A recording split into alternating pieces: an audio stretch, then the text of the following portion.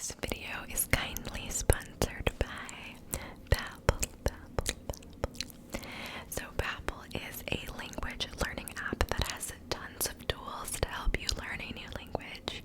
I personally want to learn a new language, specifically French, because I live in Canada, and in Canada, French is our second language, so it looks so good on a resume and opens up so many more job opportunities if you have French, which I would love to be fluent.